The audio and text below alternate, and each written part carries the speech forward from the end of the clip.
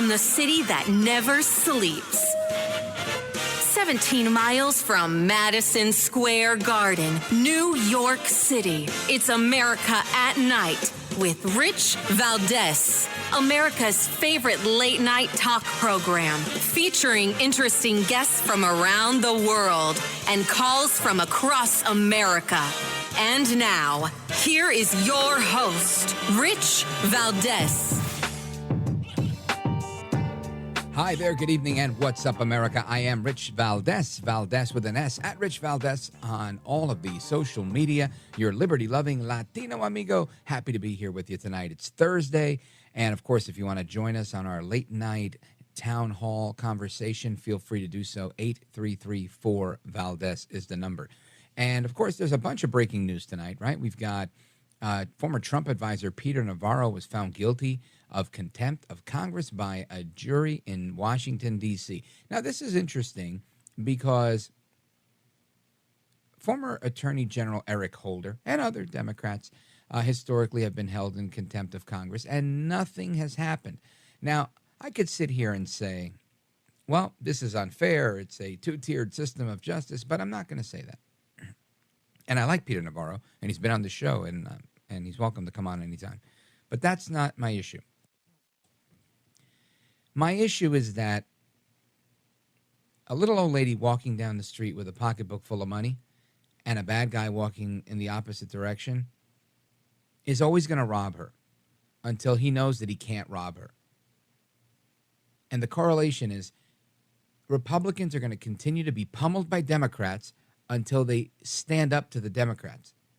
That's the bottom line. They know that because our philosophy is get off my back and out of my pocket, leave me alone. I just want to do my own thing. I'm just here to do what I got to do. And their thing is to be in your face, to be in your business, to go after you, to destroy you, to change the game, to change the system, to make sure that they can win. If you know that's their game, you have to fight that way. Punto y final, right? Period, the end. That's the only way. And listen, I don't want Republicans to weaponize the legal system or anything else that they have. We don't weaponize the government to go after Democrats, but we have to play the same game, right? You don't want to walk up to somebody and hit them in the face with a bottle. But if somebody walks up to you and hits you with a bottle, look for the bottle on the floor and hit them back, right? I think you have to fight fire with fire is the saying, right? And the issue that I have here is I think that we need to be more aggressive. Now, once I had a caller called in this program and said, you know, what we have to do is have every Republican attorney general, every Republican county prosecutor get out there and just start indicting Democrats. Now, and I told him, I don't think that's the answer. The answer is not to just sit there and become them, to become the enemy, to do what they do. I think we can use part of that strategy, right? I think we can definitely go after criminality where we find it, where we see it. And that's what needs to be done, right? So the fact that we gave a pass to Eric Holder because of collegiality or professional courtesy or whatever it was, what did that get us? It got us this. Former White House trade advisor is now, not only was he locked up and put in leg irons, but he's now been found guilty. So he's got to go through the appeals process. And he's out there, saying things like he's willing to go to jail for the cause and all that. And look, it's commendable. I get that. But this should never happen. And the way you make sure it doesn't happen is you fight back, right? I want you to listen to this audio clip from Peter Navarro. This is a landmark case that's bound for the Supreme Court. Why do I say that? This is the first time in the history of our republic that a senior White House advisor, an alter ego of the president, has ever been charged with the alleged crime. Now, he's right, and this is egregious, and I'm not disagreeing with anything he says. But I am saying Republicans need to stop turning a blind eye to the criminality of the Democrats and do what they can where they can. That's the only way you check these people. When people want to go above and beyond to come and get you for whatever reason, right? Things that nobody's ever been arrested for, and all of a sudden everybody's getting arrested there and arresting Trump people, anything related to Trump, they're going to lock you up. I'm surprised they haven't come knocking on my door yet. Saying, you talk about Trump on your radio show, we're about to indict you, lock you up, ask you questions, all sorts of crazy. right? It's ridiculous what's going on. Now, Peter Navarro had a point, but he continued. Listen to this. They had a policy for more than 50 years that says people like me, senior White House advisors, alter egos of the president, cannot be compelled to testify before Congress. Absolute. Yet they brought the case. Of course they brought the case. And the reason they brought the case is because they want to destroy him. They want to destroy Trump. They want to create a narrative in the media that every last Republican out there is a bad guy. And then you've got other Republicans out there that don't like Trump, so they jump onto this narrative and they make it seem what. Now, listen, this could be a fundamental difference of opinion. Okay, that's fine. You don't have to agree with me. I'm not saying that Navarro or Trump or anybody else is a saint. I am saying that the other side is playing unfair.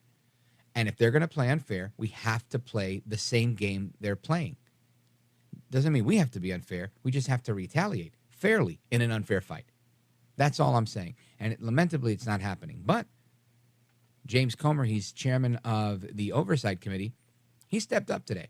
And he's been not today. I don't mean it to sound that way. He's been out there doing what he has to do. He's a Republican from Kentucky.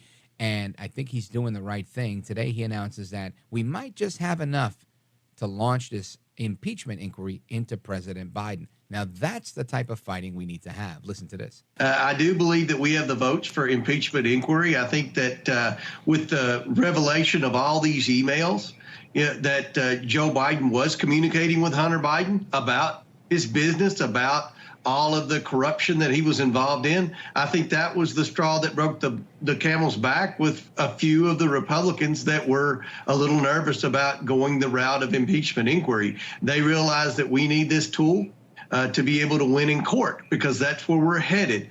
We've just about picked all the low-hanging fruit. Now we've I guess, surprised the Biden legal team by the route we went. I think they thought we would start on day one and subpoena Hunter Biden. If we had done that, it would have been locked up in court, and any request we had, they would have said there's pending litigation, and they would have run the clock out. But right. We got the shell companies, we got the bank records of the shell companies. So we built a case, Rob, that'll win in court. 20 shell companies, millions of dollars. Nobody knows where it came, where it went. The special counsel is now looking to indict Hunter Biden on the gun charge that they were going to give him a pass on.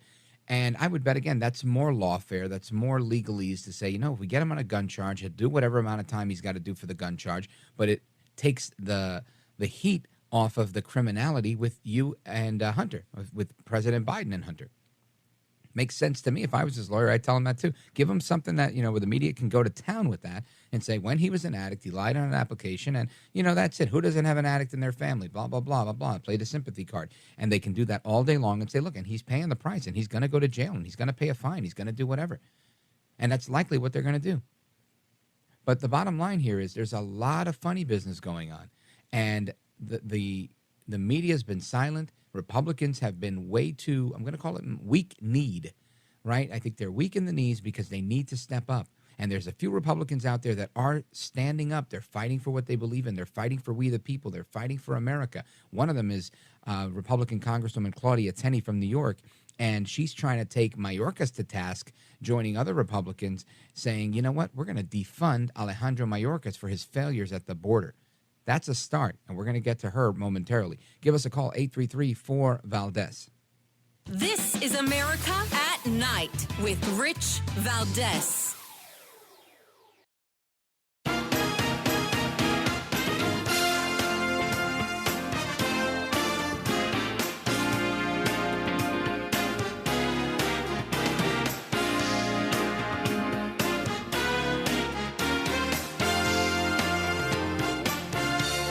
America at Night with Rich Valdez.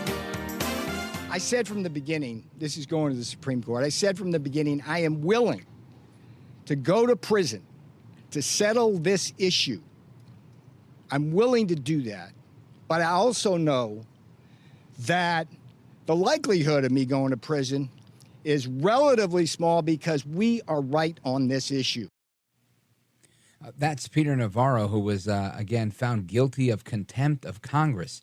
Could you believe that? I can't. I mean, of course, I believe it happened, but it's just shocking that it did. We've got that. We've got James Comer coming out swinging. Lots of news to discuss. Congresswoman Claudia Tenney's joined a group of Republicans to defund Alejandro Mayorkas and his shenanigans at the border. And Congresswoman Tenney from New York is with us now. Congresswoman, welcome back. Well, thank you. Nice to be on. Good to be on with you. You bet. So let's, if you don't mind, I want to get your reaction to a couple of things, because in the last couple of hours, we've heard Chairman Comer talk about there might be enough votes for an impeachment inquiry, and we've heard about Navarro getting arrested and then found guilty today. And I'm just curious, what's your thought on that? Well, first of all, I mean, I guess I don't know where to start. The impeachment vote, I think we're so close to having that. I think it's getting harder and harder for Democrats to really say no at this point. I do think there is some sentiment among Democrats that they want to find a way to offload Biden without actually having to push him out, but maybe have him forced out through this type of situation, because all of it is there in plain sight. I mean, you've got what was brought out by Chairman Jason Smith on the Ways and Means Committee that I serve on from the whistleblowers. That was confirmed by the FBI informant that Senator Grassley put out, a credible FBI informant confirming the payments made, the bribery attempts by the Bidens, the money laundering through the laptop messaging, which nobody's really talking about except me and a couple others, is, Joe Biden, his son actually says to his daughter, I'm going to give you all the money this time. I'm not going to have to split it with dad, or I'm not going to have to pay dad's expenses. All this stuff is out there. We know Joe Biden used his son and his family as a proxy to enrich himself using his position, and laundered this money through so he wouldn't have to count it on an FEC report, which makes all of this chargeable, felonious. The intent was there to deceive the American people. He's in a position of trust. And then you get to the suspicious activity reports, which I hope you're going to talk about with James Comer, and the overwhelming evidence that's coming out. We actually have a situation where you have, I think, the most corrupt president in American history, who's actually engaged in all these crimes and engaged in the cover-up using the Department of Justice, a dirty cop like Merrick Garland, who's willing to help him slow walk this, cover it up, prosecute innocent people, going after people like Peter Navarro, using state attorneys generals, bringing people into, from various places, from Georgia and other places, coordinating with the Department of Justice at the state level, Alvin Bragg in New York City, bringing these actions in places where President Trump doesn't have a chance, Peter Navarro doesn't have a chance. It's all calculated, malicious prosecution, abuse of process right before our eyes. And yet Joe Biden's trying to cover it up. You've got the Department of Justice slow walking it. You've got this, now a former AG, now special counsel Weiss, who never should have been appointed as special counsel in the first place, because it looks like he lied, especially based on the whistleblower testimony from Gary Shapley, who was one of the IRS whistleblowers. He also brought a gun charge against Hunter Biden when he was never indicted. So now he's gone back and said, I think I've got to indict him now before I bring the gun charge and a plea deal. They're trying desperately to make this go away, but it's not going away. And the American people see it. Even a lot of Democrats that are reasonable are seeing this happen. Independents are seeing it. 80% of the people out there know there's something wrong. The big problem is they don't want to put Kamala Harris in. How do they get her out and put someone like a Gavin Newsom in? So we've got, worse than Watergate, you've got the Biden, the president and the former vice president engaged in this, and then also engaged in the cover-up. People always go after President Nixon, but look, Nixon, the guy, he had some bad guys that did some stuff. He didn't do it. We know that from reading all the books on Watergate, but he engaged in the cover-up. So we've got a president who's doing it. He's got all of it, and the worst we've seen in American history. So I think that there's just no way that the Democrats, even a few in the House, especially in vulnerable seats, and I think when you get into the Senate, you're going to have some Democrats that are going to have to say, wow, is this something that I'm going to subscribe to? And I think they're trying to create, with all this, flurry of phony lawsuits against President Trump, they're trying to create some kind of moral equivalence, like, see, President Trump, he's got all these charges against him too, things that no reasonable prosecutor would ever bring. Remember James Comey famously said about Hillary Clinton and her covering up with the emails and bleach bidding servers and all the classified and confidential violations, crimes that she committed and never got charged with. So I think it's all coming back on the Democrats. They want it to go away. The best way they think it can go away now, I just feel this is happening, is to get rid of Joe Biden and let him off and just get him out of there and move on to something else so they can focus on maligning President Trump and anyone affiliated with him. I think you're 100% right on everything you mentioned. And one of the things that you just mentioned, Congresswoman Claudia Tenney, is that some Democrats may want to unload Joe Biden, but some are concerned about putting Kamala Harris in office. And I understand their concern for putting Kamala Harris in office because it's been my opinion that I think she's like the dream candidate to run against. I think she's incredibly beatable. Am I alone in that opinion? No, I think she's very beatable, and that's what they're worried about. She doesn't present herself well. She has no record of achievement. She's highly unpopular along all demographics and across the board, and she's probably the most beatable. I would say, I don't know how anyone can vote for Gavin Newsom. That would be like voting for Kathy Hochul, who's one of the worst governors in the country. But again, people don't know. False narratives get created by the mainstream media. Everyone thinks Joe Biden's a nice guy. Joe Biden is not a nice guy, in my opinion, and he's never been a nice guy. He is engaged in nefarious, in my case, or just bad act. He's not smart. He's corrupt. He's a plagiarist. He's leveraged himself, but he's always gotten this pass from the media, and Obama brought him out and stuck him in as vice president, and he was able to get away with a lot of this stuff because he was a ceremonial vice president and got himself into trouble here, and he's got a big mouth, and he doesn't know when to shut up. And he's put himself out there thinking he's so arrogant. He's been protected for so long. By the way, like most Democrats in the media's eye, come to New York and see where Democrats are protected. All kinds of corruption goes on. But the media protects the Democrats for the most part. And very rarely do they get called out. And it really takes courageous Republicans to stand up and go after them. I mean, when I was a state assembly member, I was the first person to come out and call for the resignation of Sheldon Silver, who was the corrupt speaker who ultimately was taken out. But when I did that, even Republicans was like, oh, you can't do that. That's Sheldon Silver. Oh, my God, they're going to cut your brakes lines. You can't do that kind of thing. And so I think you've got to just, we've got to call things as they are. You've got to stand for our country, your oath, and know that these people are corrupt. Joe Biden is as dirty as it comes. Not only does he lack a skill set, and we're seeing the arrogant personality, he's obviously compromised mentally, and he's compromised with this entire scheme that he's been carrying out with these phony organizations put together by his son and him to create these, all named after various lakes in my district, the Finger Lakes, Seneca Lake, Wasco, Oneida. You hear all those names? Those are all lakes that exist in my district where Joe Biden's first wife and, who was tragically killed, and then his son Hunter's mother was. So it's fascinating to me that there's just this just elaborate web of transactions, and I hope I think that James Comer, who is our oversight chair, very capable and ably, has been bringing out some amazing information. Not at the National Archives, you name it, everything's coming out. We're coming down to a showdown, and let's hope that this ends up in impeachment and removal of Joe Biden. Outstanding. Folks, we're on with Congresswoman Claudia Tenney, and we're coming right back with her. She's on the House Ways and Means Committee and the Science, Space, and Technology Committee. We're coming right back. Don't move a muscle. It's Rich Valdez, and we're on America at Night.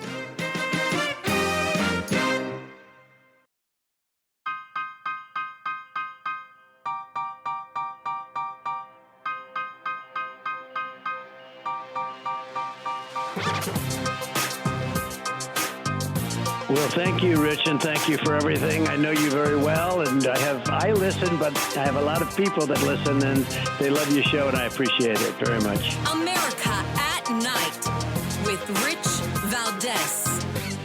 Month after month, I stood up and I said, this is going to come to a neighborhood near you.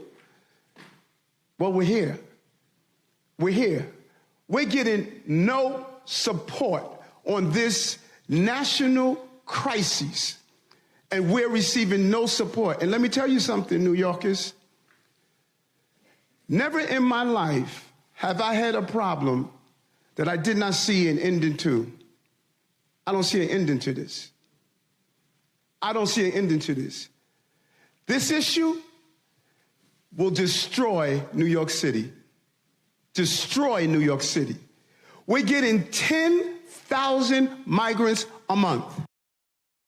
That's New York City Mayor Elite Eric Adams whining like a crybaby after he called for a sanctuary city, saying New York is a sanctuary city, and now he's there sounding like the most conservative Republican in New York City, saying it's going to destroy the city, and I think a lot of us gave that warning. And this comes at a time where it's just, I mean, I laugh at this, but it's no laughing matter. Our guest is Congresswoman Claudia Tenney from New York. Congresswoman, when you hear Eric Adams shouting at the top of his lungs saying that this is destroying the city and he's tried to do it and he blames it on the MAGA Republicans, what say you? This is a career government bureaucrat versus a leader. He doesn't know how to lead. There are a lot of solutions and answers to this, but he refuses to change any of the policies in New York City. They maintain a sanctuary policy. They maintain and support open borders. They're crying and they want the Biden administration to simply hand over more money and Kathy Hochul to come up with more money. Kathy Hochul, the governor of New York, went hat in hand to see Joe Biden, the fourth largest state in the United States that's having this migrant crisis, with a famous city like New York City, which is struggling with 110,000 people versus the millions that are coming across our southern border and many coming across our northern border. And what does Joe Biden say? I don't have time for you. They're not changing their policies. It's why I've called for Mayorkas to also be impeached and removed. It's why I've done an amendment under the Holman rule for our new appropriations bills coming up this week that would take Mayorkas's pay down to $1. If we can't impeach him yet, let's reduce his pay and drive him out that way, because he's doubling down on bad policy. These people refuse to accept or do anything to get operational control of our border. President Trump did that with his policies. He built a wall. He enacted the Remain in Mexico policy. Title 42, which is a public health statute, did that during COVID, kept Americans safe from all kinds of diseases coming across our border, allowed us to send these people back, allowed them to stay out of our country, and not to put Americans at risk, to cost the taxpayers millions, and in this case, billions of dollars. $20 million a day they're costing New York taxpayers. And Kathy Hochul raised taxes by $1 billion this year just to pay for an anticipated number of illegal immigrants. When you say you're going to put more money out there, the cartels lick their lips and say, great, we're going to traffic more people. We're going to bring more fentanyl in, kill more of our young people. They don't care. And these Democrats are beholden to the cartels, whether it's wittingly or unwittingly. And this is a very dangerous situation when you have people who not only know what they could do to solve the problem, they refuse to do it, and they just ask for more money. They ask for the taxpayers to suffer, whether it's diseases like tuberculosis, sex offenders in Buffalo, New York, for example, a rape case. Now we have a murder case coming out of Rensselaer County.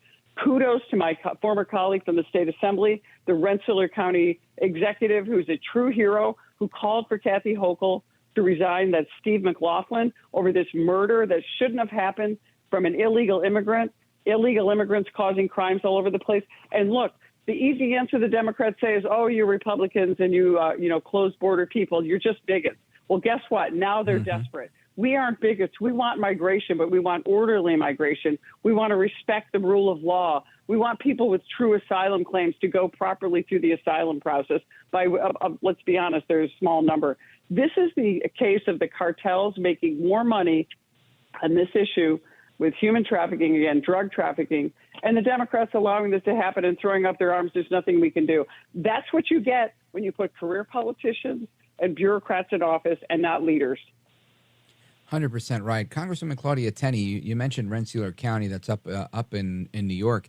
And speaking of northern New York, I'm looking at a piece in the New York Post that says U.S.-Canada border flooded with more illegal border crossers in 2023, and that's 9 months in, than the last 10 years combined. So we no longer have a problem at the southern border. We have a problem at the northern border. And I pray to God that your amendment goes through to defund Mayorkas. Well, absolutely. We need to impeach and get rid of him, but we also have to deal with a serious issue. Because of the real problem at the southern border, we've shifted a lot of our border agents down to the southern border, which we've created a problem at the northern border. And here's the problem that we have. with the northern border, and I represent most of it, all the way from north of Clayton, which is in Jefferson County and the St. Lawrence Seaway, all the way across Lake Ontario, one of the Great Lakes, all the way out to Lockport, close to Niagara Falls. That whole sea line, I actually met with the Coast Guard today. I've met with the northern border. I have the Buffalo sector. There's the Swanton sector where illegal immigrants that were trafficked died in a swamp up there trying to get across the border. Wow. Here's another way that Kathy Hochul is an accomplice and Joe Biden creates this mess. The cartels create passports for illegals and people that have been whether they're trafficked, whether they're innocent or not, whether they're coming from over 100 countries around the world. They get to Mexico, they get a phony passport, they get on a commercial airline, land in Canada, get to the border, the cartels get them across the border, and Kathy Hochul, our governor, and the state legislature run by Democrats, 100% one-party rule in Albany, give these people a legal, valid driver's license from New York where they can use it anywhere in the country. So, yes, New York is not just a border state. These people can go anywhere in the United States, maybe anywhere in the world with that valid New York driver's license, and we're prohibited from even inquiring as to their immigration status.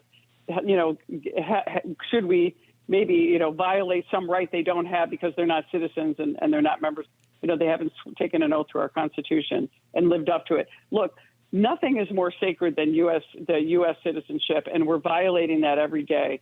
U.S. citizenship comes with many benefits, but it also has obligations. If we're going to preserve freedom, individual rights, and self-governance, we have to uphold our Constitution. We have to believe in citizenship, and eroding that is going to erode our country. And that's exactly what the Democrats are doing, whether they're doing it by design, whether they're getting influenced by outside forces, or they're just so unable to deal with these cartels, and the cartels have taken advantage. People need to wake up and vote these people out and put people in who will be common sense, put in humane policies. These policies aren't humane. This is bad. Immigrants are dying at the border. Immigrants are struggling and suffering and are victims of human trafficking as well. But we cannot continue to let New York taxpayers and the taxpayers in the federal side, all of U.S. taxpayers, continue to bear this burden. It's hurting our country. It's hurting our economy. And it's hurting our national security. 100%. Lamentably, the Democrat Party seems to have gotten into bed with narco-terrorist human smugglers that don't care about America, and that just seems to be okay with them. Congresswoman Claudia Tenney, let everybody know how they can support all the work you're doing, kicking butt and taking names. Well, thank you so much. I'm Claudia Tenney, CLAUDIA, that's like J.C. Penney with a T. I'm on Twitter, Facebook, Instagram. You can go to my official website, which is tenney.house.gov. You can go there and learn that I'm the only member of Congress that explains every vote that I take in the House of Representatives in detail, so people understand what's going on. They can see how we decode Washington. I was a former newspaper publisher and a lawyer, and I want to make sure that if we are truly going to be self-governing, we have a population and a citizenry that knows what's going on in Washington, makes good decisions, understands the real consequences of votes that are taken. Even the left-wing media has actually given me accolades for my transparency and willingness to explain my vote. Recently, they did an article in my district, not a fan of mine, but they did say, wish more members of Congress would do it. And I do that because, I just care so much about our country. My son is a Marine. I'm so grateful for all the people that serve in our armed forces, our first responders, firemen, police, people who have served and died for our country. It's so important that we continue this wonderful gift that we've been given of freedom and self-governance, and I just hope we can keep it. Well, I am a fan of yours. You're always welcome to come and talk to me and 5 million of my closest friends anytime you want, as long as you come on at night. Yeah. We're always live every anytime night. I'd love to come on. I just love this country. I love the people in it, and I think we just got to do everything we can to try to save it. Outstanding. Well, thank you. You are a gentlewoman, a scholar, and a patriot, and I thank you for staying up late with us. Oh, thanks so much. I appreciate it. It's such an honor to be on your show. You bet. Folks, there's more to come straight ahead. Make sure you follow Congresswoman Claudia Tenney and keep it locked right here. We're coming right back. 833-4-VALDEZ. This is America at Night with Rich Valdez. Call now, 833-4-VALDEZ. That's 833-482-5790. 833-4-5337. 833-4-VALDEZ. That's Valdez with an S.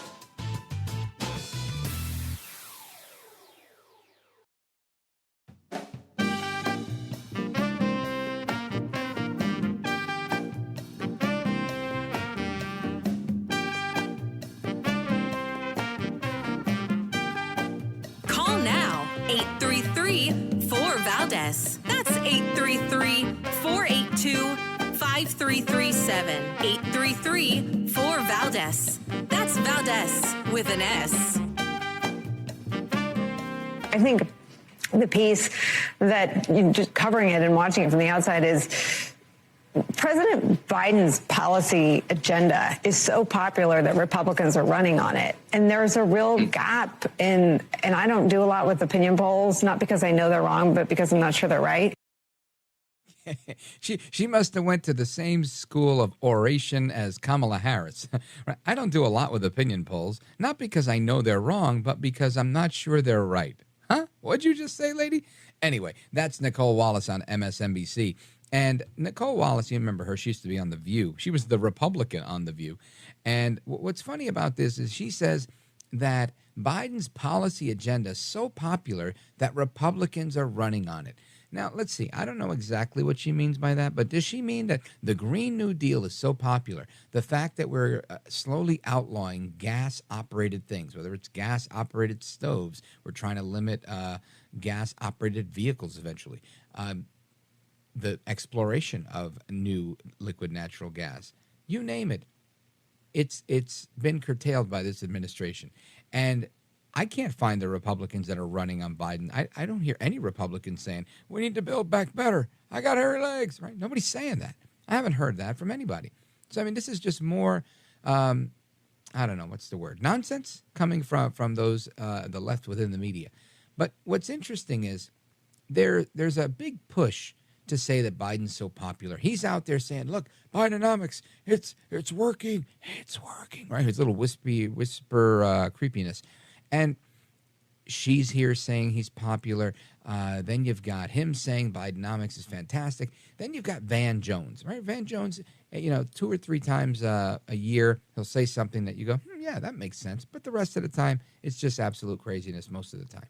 But he comes across in a really good manner, and he's enjoyable to listen to. I enjoy listening to Van Jones. I don't agree with him, but he's entertaining. Now, Van Jones was on CNN yesterday, and he says that Biden is like that grandpa that you love. But you start to wonder, would you give this grandpa a high-stress job for 6 more years? So, again, we like Biden. Biden's a nice guy, but I don't know. Maybe we got to go with Kamala, right? So it seems like the narrative is changing in the media. They're starting to disassociate with Biden because I guess they gave him his, his talking to, saying, look, we really think you should consider stepping down. He was like, I'm not going anywhere. I got hairy legs. And that was it. And my son Hunter, smartest guy I know. So when he starts to disagree, they start to play hardball, right? Then they become friendly with the Republicans. I'm sure there's some Democrats out there giving phone calls and information to James Comer and the committee saying, hey, you didn't hear from me. You didn't hear from me, but a little bird told me X, Y, and Z about Joe Biden. And all of a sudden now it looks like we're going to have to ratchet up the pressure. It looks like we might have to indict Hunter Biden, right? And that's what James Comer was talking about earlier today on Newsmax, where he said that there is now a potential gun charge going into the special counsel's considering an indictment on a gun charge. And I think we've got the audio of that, James Comer remarking on special counsel David Weiss and his plan to indict Hunter Biden. And I'm going to play that for you right when we come back. Don't move a muscle. This is America at Night with Rich Valdez. Call now, 833-4-VALDEZ. That's 833-482-5337. 833-4-VALDEZ. That's Valdez with an S.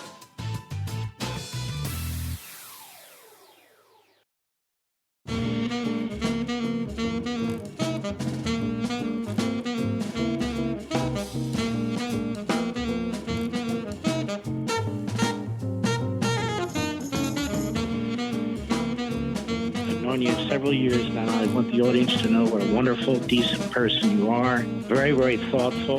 America at Night with Rich Valdez. All right, America, welcome back. And I left off with wanting to play a piece of audio that we have of Chairman Comer discussing the revelation now that Special Counsel David Weiss is considering a gun charge on Hunter Biden. And I'm going to get into that in a moment. But before I do, maybe we'll carry that over to the top of the hour. What I want to talk about right now is something I wanted to get into since the beginning of the show, as we were talking about Democrats and their failures. And the vice chair of the Democrat Party in Minnesota, who is, in my opinion, a Marxist, communist sympathizer, who advocated for the dismantling of police, right? Part of the defund the police movement. And this is not me gloating. This is me giving an opinion on the news. She was violently beaten and carjacked. And I don't wish that on anybody. But she's a far-left politician from Minneapolis, an activist, and she was the victim of a brutal armed carjacking that occurred in the driveway of her home on Tuesday morning. Her name is Shivanti Sathandan, and she's a radical leftist, the second vice chair of the Democrat Farmer Labor Party in Minneapolis.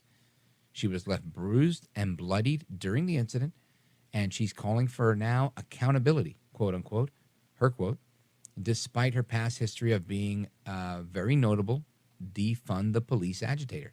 And this report's coming from the Post-Millennial. Sathandan, if I'm saying that right, she made a Facebook post and said that she suffered a broken leg, lacerations to her head, very deep ones, cuts and bruises all over her body when 4 armed juveniles allegedly beat her to the ground in front of her children and then stole her car in broad daylight. And that's according to a report from KSTP News. I got to tell you, I don't wish that on anybody. I really don't.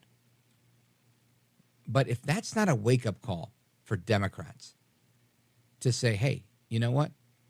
We need to slow our roll here.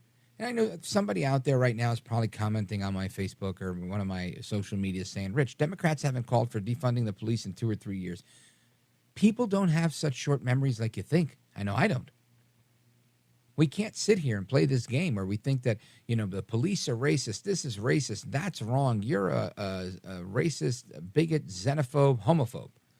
And we call people names for all things under the sun when you're only trying to do the right thing, right? The right thing is to make sure you have cops so that this woman doesn't get bloodied and beaten and carjacked in her house in front of her children. Thank God nothing happened to her kids. We can't play this dangerous game. I don't understand how this is up for debate.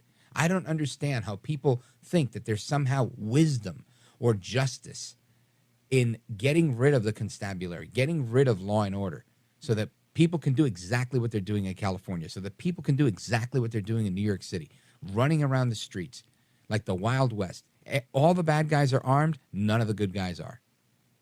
Super hard to get a carry permit anywhere in these super difficult states.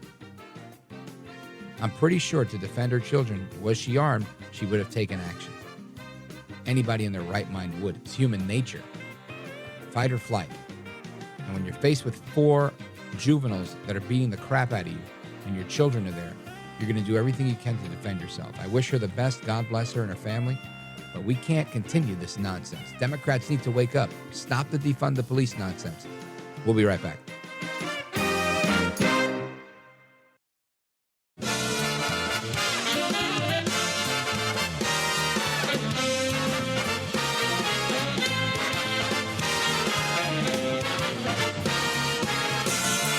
Live from the city that never sleeps. 17 miles from Madison Square Garden, New York City. It's America at Night with Rich Valdez, America's favorite late-night talk program, featuring interesting guests from around the world and calls from across America. And now, here is your host, Rich Valdez. Hi there, good evening, and what's up, America? I am Rich Valdez, Valdez with an S at the end. And our phone number, if you want to join us, 833-4-VALDEZ. Welcome. It's Thursday night. There's a bunch of things going on. We're going to jump right in. Peter Navarro was convicted of contempt of Congress. So after they had him in leg irons and all shackled up, he's been found guilty, which comes as no surprise, but shocking still, right? Just still shocking that they've taken it to this level. When it was Eric Holder, nada, not a damn thing. So this continues, right? The charade in Washington continues.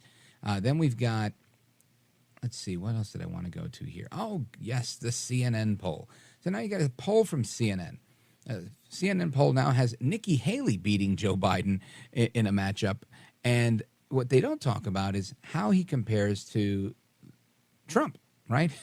There's a whole article in The Hill that talks about how Biden's floundering here. But they don't go to Trump. So I pulled up the poll, and I'm looking at the poll. And the question is, the matchup between Biden and Trump, if it were held now, as of today, do you lean towards Trump or Biden? It's close, but Trump wins, 46 to 47%. Now, what's more telling in this poll is how many of you are voting for Joe Biden? Only 36% say they're voting for Biden. 64% said they're voting against Trump. But when asked 1,000 registered voters who lean Trump, are you voting for Trump or are you voting against Biden? 62% say they're voting for Trump, and only 37% said they're voting against Biden. That goes to show you that people really want Donald Trump back in office, at least 1,000 registered voters that they've got here. And it seems like CNN is now one of the many that I think are going to start to line up to take shots at Biden. They're going to reposition the Hunter Biden indictment, the looming indictment that's coming on the gun charge, to try and make it about a gun charge, about an addict who lied on an application, not about the bag man for his criminal father that's leading the way in this criminal enterprise with 20 shell corporations and tens of millions of dollars in bribes that went to his family. And to me, this is remarkable that we're at this point in history, and it really seems to be falling on deaf ears. But here to help us break it down is the Chief Communications Director at the America First Policy Institute, and I'm happy to bring him on. Marc Lotter, welcome back. Yeah, thanks for having me. You bet. Now, folks, you guys know Marc Lotter. He's the good-looking guy that's always on TV at night with Chris Plant, and you guys do a great job on that program. Now, Marc Lotter, I want to ask you about this. When it comes to this poll here, do you think that I'm correct in my assessment, or do you agree that they're doing everything they can to try and get rid of Biden? And when I say they, I mean his supporters. Well, I mean, the poll itself showed that 2/3 of Democrats do not want him to be their nominee. And so that's just stark. And it's unbelievable for an incumbent president to have 2/3 of his own party, and I believe it was roughly 2/3 of independents, saying they do not want Joe Biden to be the nominee. Unfortunately, they're stuck with him. There's really not a lot that they can do right now, because unless they want the even more unpopular Kamala Harris, and she is the lowest rated or approved vice president in history that they've been doing these polls. And so, I mean, that just tells you how horrible she is. So they're going to have to stick with Biden on just the only thing that they've got is that, well, he beat Trump once, maybe he can do it again, and we'll figure it out later. Because it's too late for Gavin Newsom, it's too late for Gretchen Whitmer to build a national campaign apparatus, start to raise the $1 billion, to do the groundwork, and in Iowa, in New Hampshire, South Carolina, Nevada, those voters expect you to pay your dues. They expect you on the ground at the state fair, in their diners, asking their questions in small groups and earning your support. So it'll be very difficult for them to just come in at this late stage and try to build that kind of support when we're only 4 months away from the primaries beginning.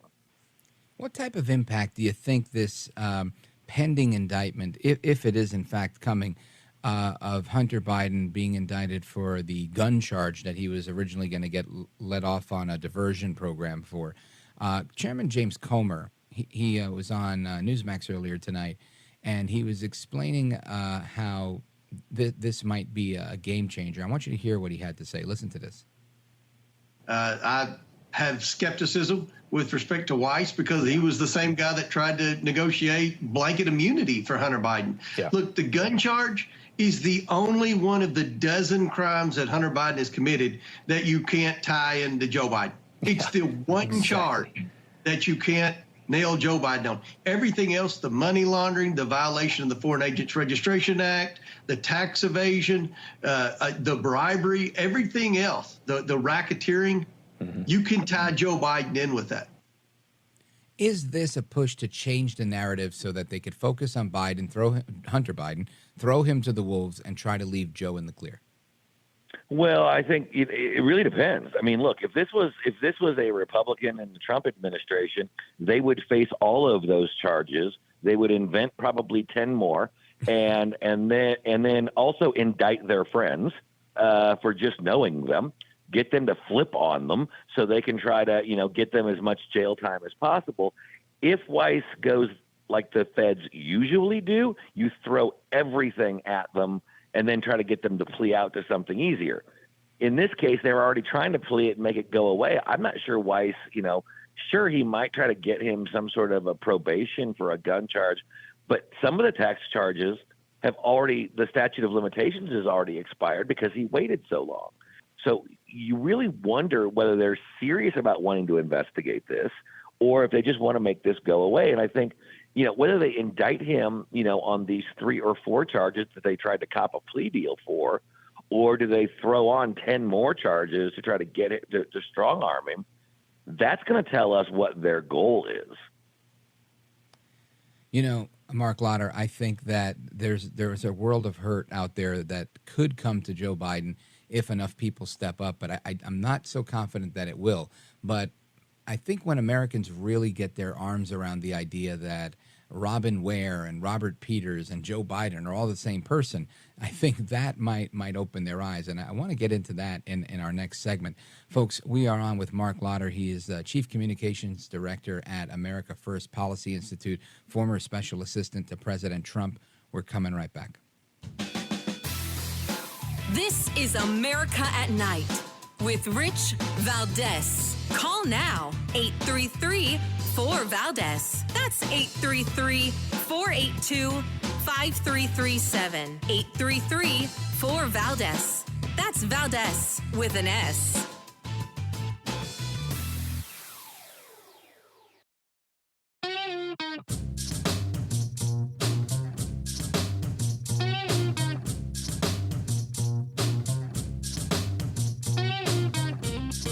By the way, your ratings are up. Congratulations. I had somebody. It's always nice to check. I like to see, even if they're friends, I like to see how are they doing. Are people listening, right? That's but right. You're doing great. America at Night with Rich Valdez. All right, America, welcome back. We're on with former Trump advisor, special assistant in the White House, Marc Lotter. He's also the Chief Communications Director at the America First Policy Institute. And today, James Comer said that he believes they may have enough votes to begin an impeachment inquiry into Joe Biden. He said that on Newsmax TV. He also alluded to the surprise at how many pseudonyms Joe Biden used in emails with Hunter Biden. Listen to this. I didn't think there would ever be an email, a government email between Joe Biden and Hunter Biden talking about his business or talking about Ukraine. What I never dreamed of is they would have never used pseudonyms. And what we're finding is there's probably thousands of emails. So this is just more evidence of wrongdoing by Joe Biden. Marc Lotter, what do you think about these pseudonyms? Is this much ado about nothing?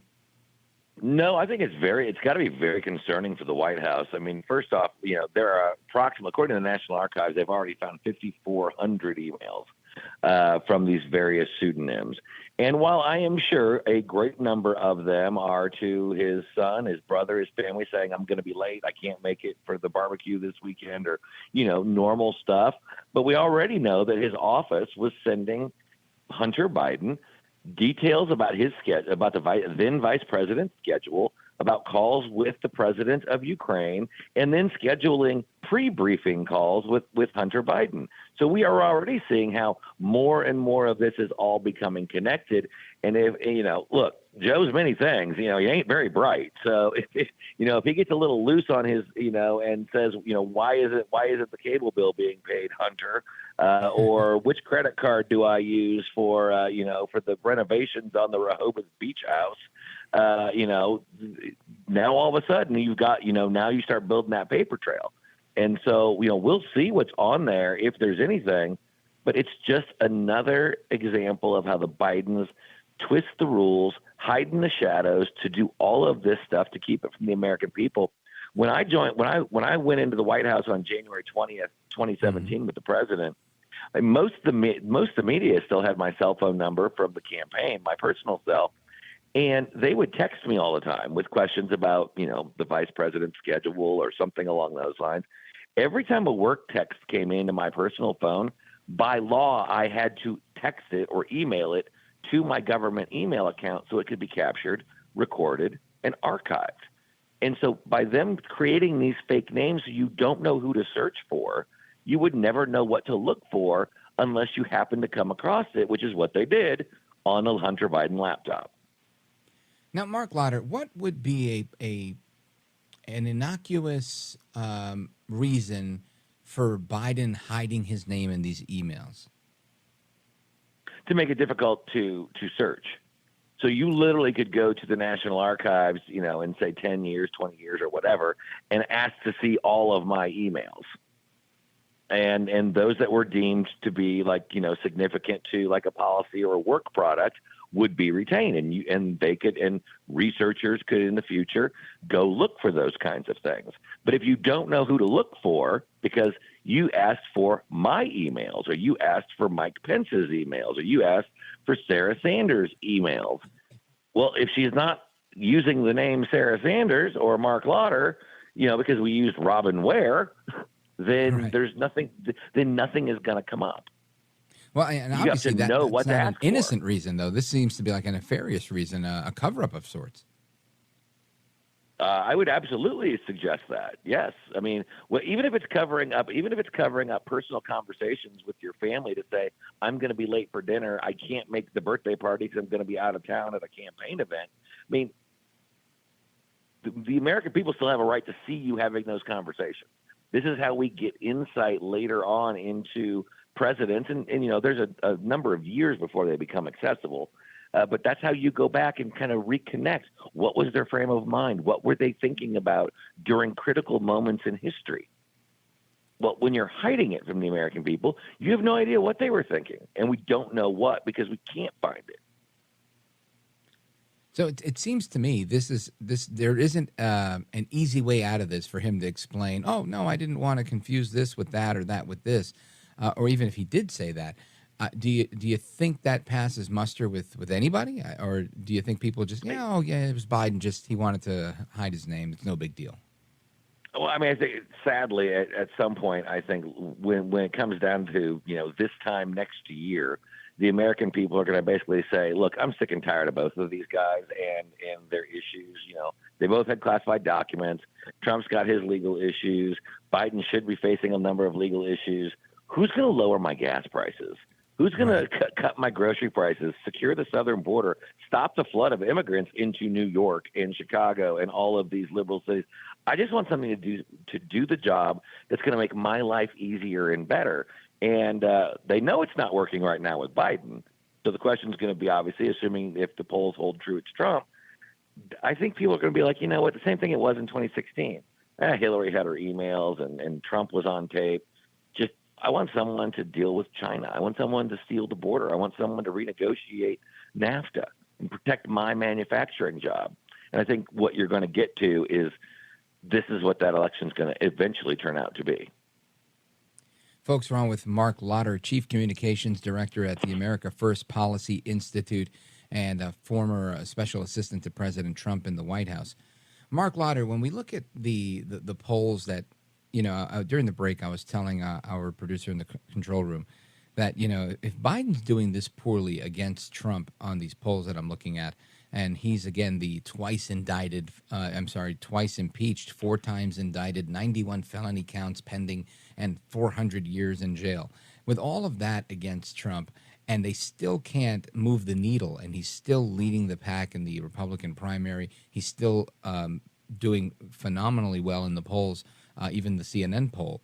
What's your instinct that they're going to try more to stop him? Well, I don't think that I'm not sure how much further they can go. I mean, I'm sure Jack Smith will probably throw on some additional indictments probably around January 6th.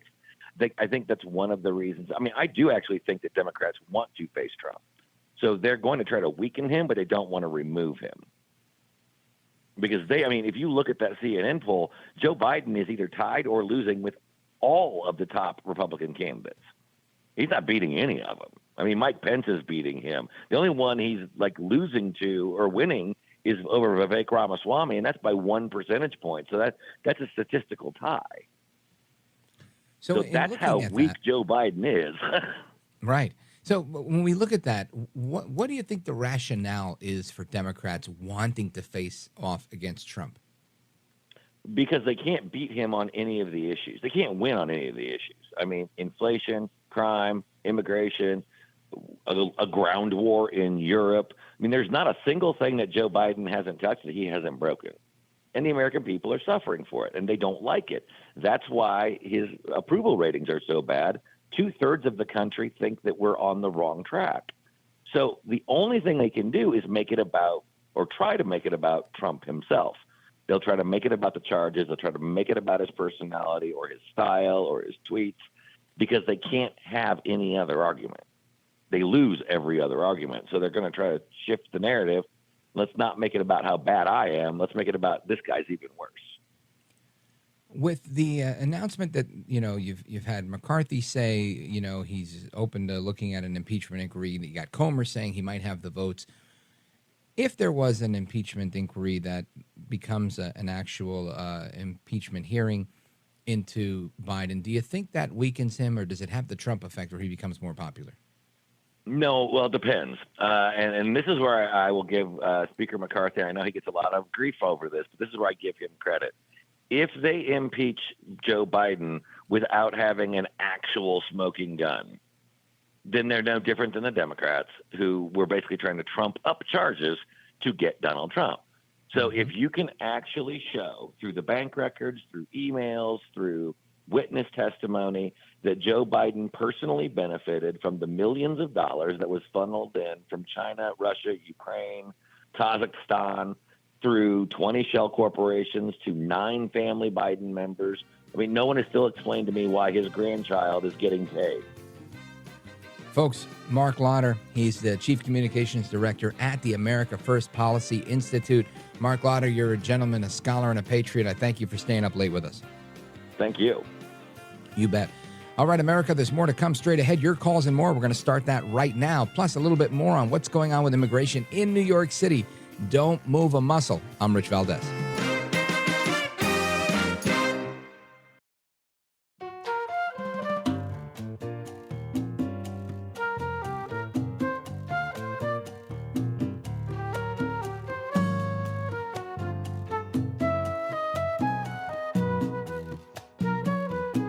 This is America.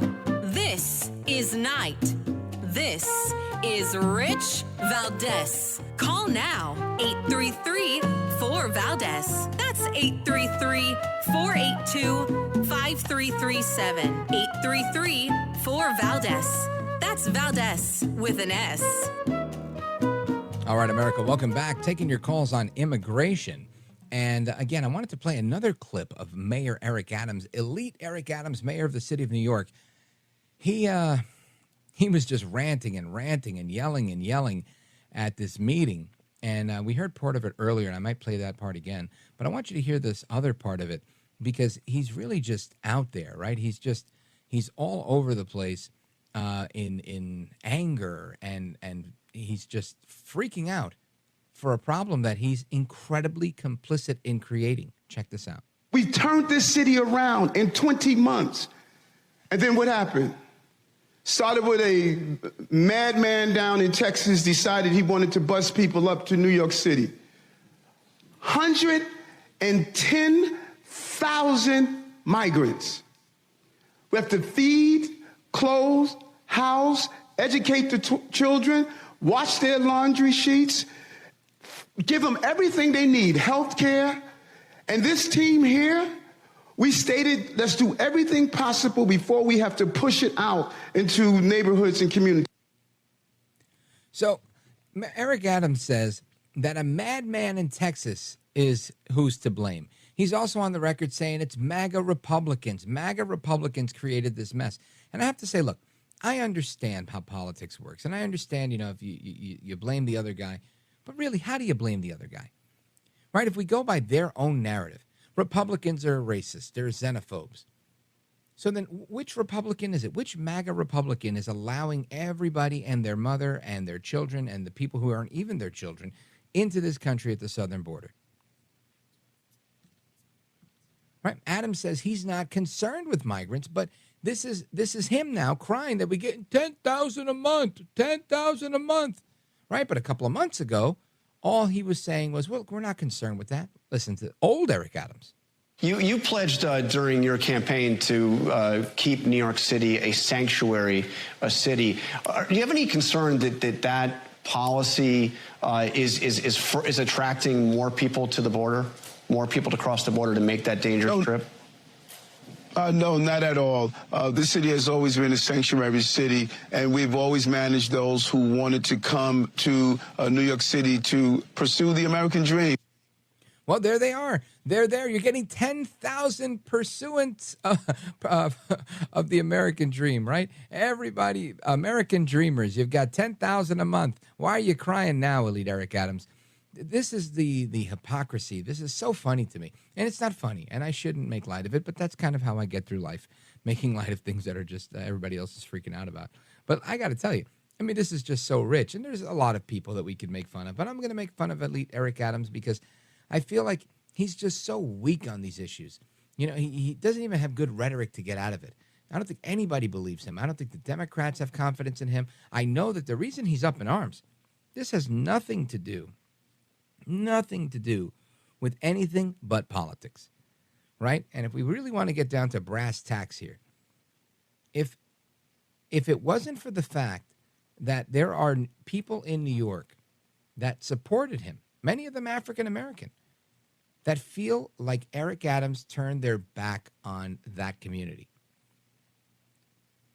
a community that's already facing a lot of obstacles in New York City. Right? And it's not just African Americans. There's many people that are impoverished in New York City that need public support, that need public services, that rely on the city and the infrastructure that the city provides. So now, all of a sudden, we don't have anything for citizens, for New Yorkers, for people who were born in this country, because, like he said, we got to wash their sheets. We got to send their kids to school. Right? Oh, boy. And there's a whole bunch of drama with sending kids to school. You've got some schools in New York City that are being forced now to turn away kids on the first day of school because of this massive onslaught of illegal immigrants. Now, listen, I want every kid to have an education. It wasn't their fault that they were brought here, trafficked here, or whatever, and what have you.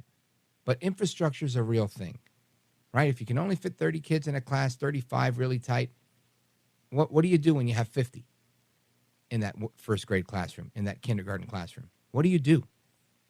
What do you do if you don't have the budget set aside for the year to have a paraprofessional or a teaching assistant or a secondary teacher for that classroom? What do? You make do with what you got, and that's what the schools are saying. They can't. No más. Ya, basta. It's too much. That's what he's saying. But he wasn't singing that song back in May of 2016 when he said, no, everybody's coming here to pursue the American dream. Yeah. Unbelievable. I'm going to get into this New York City school stuff in a moment. I want to give you the phone number. I'd like to get your opinion on this. The phone number, 833-4-VALDEZ, 833-4-VALDEZ. This is America at Night with Rich Valdez. Call now, 833-4-VALDEZ. That's 833-482-5337. 833-4-VALDEZ. That's Valdez with an S.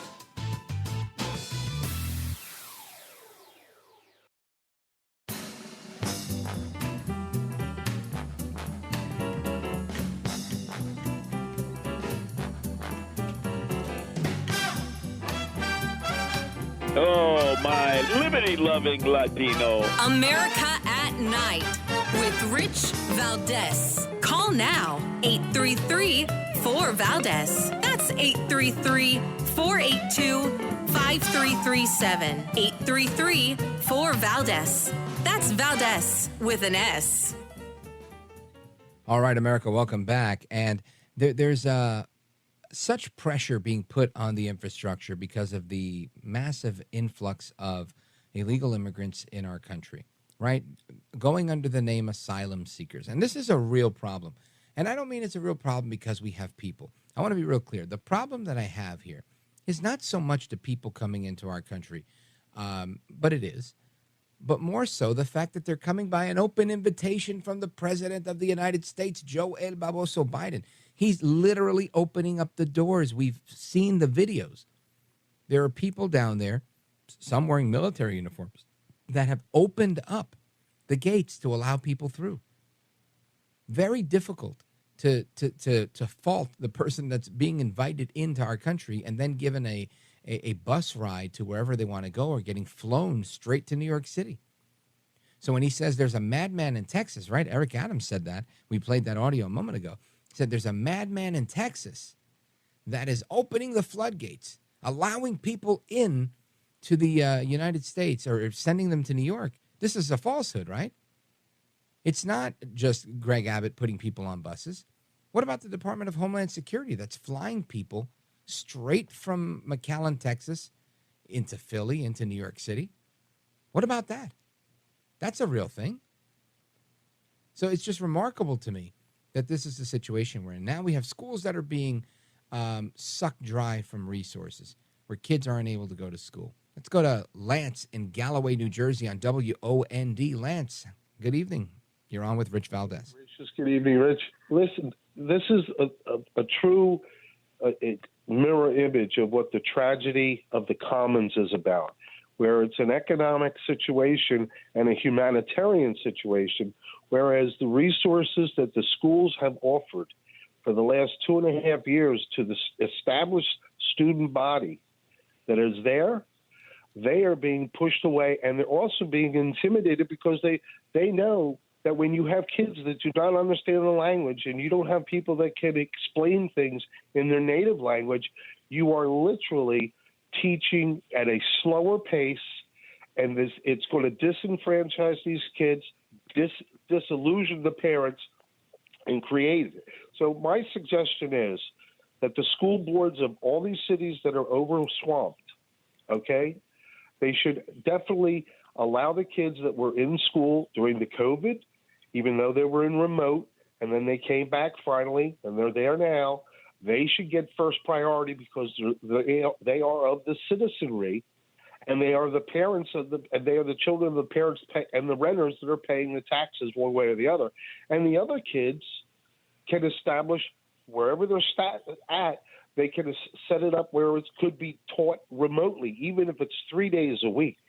And they should also invite all the retired NEA teachers, New York educators, New Jersey educators, Pennsylvania, Illinois, anywhere there is a retired teacher that would like to step forward and come up with doing remote lessons via Zoom. That would be the best thing, because that way you said you don't have a problem. Well, this isn't a problem. This is a disastrous dilemma. And this schmuck that's in the White House and all his puppeteers are the ones that are creating it. He literally wants to cripple the United States of America, and he is doing it through, unfortunately, through the eyes of children and saddened parents. That's my suggestion. Lance, I think you're spot on with a couple of things. I remember during COVID, there was a call for retired nurses, retired physicians, all sorts of people, all hands on deck. I think that they should do that wherever they need to, because that's part of the esprit de corps, right? That we need to have as Americans. And when I say I don't have a problem with them per se, it's because I realize that there are people that are on the terror watch list that are getting into this country. I realize that there are people that are traffickers, people that are trying to smuggle things in, people that are coming in with children that aren't theirs, that are trafficking these children, smuggling them into the country, but and others from 100 different countries across the globe that are coming in. But I also realize there are people that are just taking advantage of a situation, that are paying to get into the country, because that's the easiest way to get in, is to pay the cartel to get across. And then once you get across, they have a deal with the Biden administration and they let you right in. They bring it to the city of choice. My point is that my issue is not somebody that's trying to be better in life and have a shot at the American dream, right? Those immigrants have always historically been good for this country. The issue is we don't have a grip on who we're letting in anymore. So it's a free-for-all, and we've got people from all over the place. When you saw these fights breaking out outside of the Roosevelt Hotel in New York City, these people were camped out on the sidewalk. And I saw the videos. These weren't families with small children. These weren't even Hispanics. Most of them were coming from northern Africa, and they were all very young men that should be able to work. And I'm hoping that they came here for work, but instead it seemed like they were here for housing, and they were looking to be housed in the Roosevelt Hotel, and like Mayor Adams said, for somebody to wash their sheets, and that is problematic, right? And I do have a problem with that. But again, ultimately, if you leave your car door, your windows rolled down and the car running, and you have a nice car and you park it in a bad neighborhood, it may get stolen. Whose fault is it? The thief or the idiot that left the car running? Right? And in this case, the idiot that's leaving the car running is Joe Biden. He's not an idiot. He wants it to get stolen. And he's doing it on purpose. And he's trying to put your car and my car and everybody else's car into a bad neighborhood so it'll get stolen. And that's really the issue I have, is that we have individuals in our government in the United States that are willfully complicit in destroying the fabric of our society. And not in a cultural way, but in a real matter-of-fact way. Like the way the communist sympathizers, professors, Richard Cloward and Francis Fox Pivens, their theory of the Cloward-Piven theory, where they would overwhelm a system to the point of the tragedy of the commons that you brought up, where people that are using these public resources would use them to such a high degree that they would be null and void, that they wouldn't be available. They'd be completely depleted. And it's to overwhelm a system. This is literally a Stalin-esque tactic, where he said, use the system to destroy the system. And that's lamentably what we're seeing.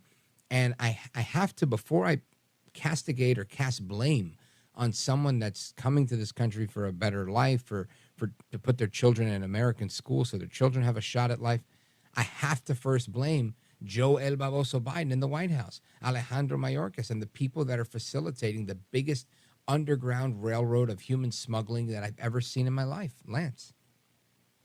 I'm going to tell you something, and I don't mean to make light of it or sarcastic, but Joe Biden must have a picture of Blanche Dubois in A Streetcar Named Desire somewhere in the White House, because all he's doing is letting people constantly rely on the kindness of total strangers. Well, there's only so many different advocates that can help. There's the religious sector. There's the humanitarian sector. But if you, like you say, that's why I brought up the tragedy of the common. You are overusing the resources, and you are not going to have anything that is going to be prosperous, nutritious, or of any value. And you're going to you literally are going to make patriotism a word that people want to eradicate. And it's a shame. It is a dilemma with this guy and these people in charge in all these cities, just like the people that are staying in the police building in Chicago. They started beating up on the cops in the building because they don't like their accommodations. So, I mean, you get what you deserve. But the true Americans, or the people that care about their family, their faith, and their community, were being pushed to the rear or pushed out of the way. That's all I can say, and I pray to God something happens soon. Yep. Thank you, Lance. I appreciate it. Big shout out to everybody listening in New Jersey, WOND in the building. And we're going to get right back to your calls. We've got calls from Brooklyn, New York, WFAS, from Michigan, KDKA Online, and more coming in. Don't go anywhere. This is America at Night with Rich Valdez. Call now, 833-4VALDEZ. That's 833-482-5337. 833-4VALDEZ. That's Valdez with an S.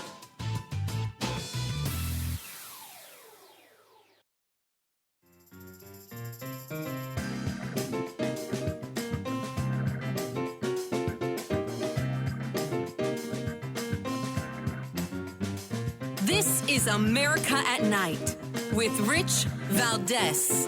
Call now, 833-4-VALDEZ. That's 833-482-5337. 833-4-VALDEZ. That's Valdez with an S. All right, we go to your calls. Let's go to Brooklyn, New York, WFAS. Check in with Marcel. Marcel, you're on with Rich Valdez. Go right ahead. Hey, good evening, Rich, and everyone listening. Thank you for that saying amazing words to WFAS here in Brooklyn. That's, of course, in Westchester. So, CNN and SSRS has a poll today facing continued headwinds from broadly negative job ratings overall, widespread concerns about his age, and decreased confidence among Democratic-aligned voters, according to SSRS and CNN. There is no clear leader of potential rematch between him and President Trump, who is widely ahead of the GOP primary, and nearly half of registered voters, there are definitely 46%, along with Republican presidential nominee will be a better choice than him. Was there a question in there? I didn't hear it if there was. So why are Biden's numbers continues to go way down the drain ahead of next year's election? Well, I mean, part of me thinks, Marcel, that what's going on here is I think that they've realized Biden is, I think there's been a push for quite a while to kind of nudge Biden out. He's falling asleep in Maui. He's been weak on a lot of issues. And I think they realize we need somebody who can come out swinging, come out fighting, because we're doing a great, amazing job at beating down on Trump. But the Trump effect seems to work for Trump, right? So they beat down on Trump, and he comes back stronger. He raises more money. He does well. And again, you cited that SSRS poll, something I mentioned earlier. And again, if you look here at the, I forget what page 16 of that poll, when they break it down, if you look at the amount of people, this is a very stark comparison here, right? So between the 25th of August and the 31st, so just, 2 weeks ago, a week ago, 10 days, 8 days, you've got people voting for Biden versus voting for Trump, and Trump is at 47%, Biden's at 46%. But when you go down, to me, this is the stark part, and I mentioned it earlier, you've got people voting for Biden or against Trump, and only 36% of the Biden voters say that they're voting for Biden. The rest of them say, no, we're just voting against Trump. Conversely, the people that say they're voting for Trump are voting for Trump because they like Trump. 62% are voting for Trump because he's Trump, and only 37% are voting for Trump because they're voting against Biden. So those are the ones that are holding their nose. So clearly, Biden's numbers are going down. I think a lot of this has to do with the Democrats trying to push him out so they have a better chance at winning. I would love it if they did, because then we'd get Kamala Harris, and that would be a fantastic matchup in the 24 election. Marcel, thank you for giving us a call from New York City, WFAS. I appreciate it. Folks, there's more to come straight ahead. Open Phone America starts right now.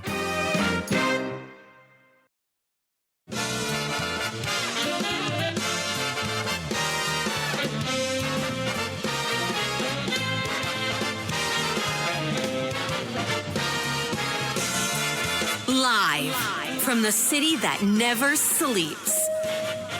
17 miles from Madison Square Garden, New York City. It's America at Night with Rich Valdez, America's favorite late night talk program, featuring interesting guests from around the world and calls from across America. And now, here is your host, Rich Valdez. Hi there, good evening, and what's up, America? I am Rich Valdez, Valdez with an S, at Rich Valdez on all of the social media. If you want to join us in our late night national town hall conversation, feel free to give us a call, 833-482-5337, 833-4-VALDEZ. And lots of things that we've discussed tonight. We've talked, of course, with a number of people, not the least of which was former Trump advisor Marc. We also had a discussion with Congresswoman Claudia Tenney, who has now launched an amendment along with Chip Roy and I think a dozen other Republicans to defund Alejandro Mayorkas, the Secretary of Homeland Security, for not doing his job. They've also put forth measures to impeach him as well. You've also got James Comer, the chairman of the House Oversight Committee, that says that he may have the votes to launch an inquiry into the impeachment of Joe Biden. Speaker McCarthy's been on the fence about that, and of course that's part of the game, right? You have to say, well, we're taking this very seriously. There's no reason to do that right now. Blah blah blah blah blah blah. But I think ultimately, most of us know that that's probably the action that we need to take, and if for nothing else, for his dereliction of duty at the border. That's just how it is, in my opinion. You can't have the situation that we've had, and continue to have with the border, with what's happening in New York City, what's happening in the neighboring border states. There's way too much going on for people to ignore and say, no, this is a good thing. No, this is a bad thing. Adam said it best, and I rarely agree with the guy, but he said this will destroy New York City. Well, yeah, it's not only going to destroy New York City, it's going to really damage America. And that's not something that we could really stand idly by and allow to happen. Plus, I got some stories that I want to share with you about some just crazy stuff coming out of Seattle. We're going to get to that momentarily, but I want to start off with the phones. Again, the phone number, 833-4825-337, 833-4-VALDEZ. Let's go to Kim in Shields, Michigan, listening online through KDKA. Kim, go right ahead. Hi, Rich. Good show tonight. And thank you. You're welcome. The two things I'm going to say are really connected.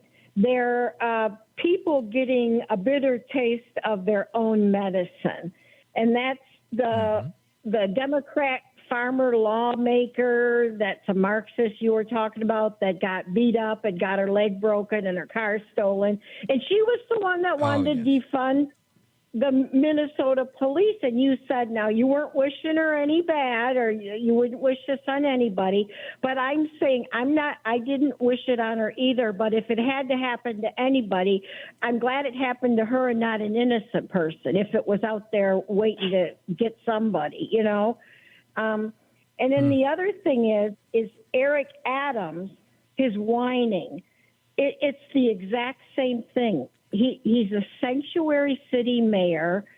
He wants all this, but he wants the money to pay for it so he can have uneducated, non-English speaking voters to win all the time.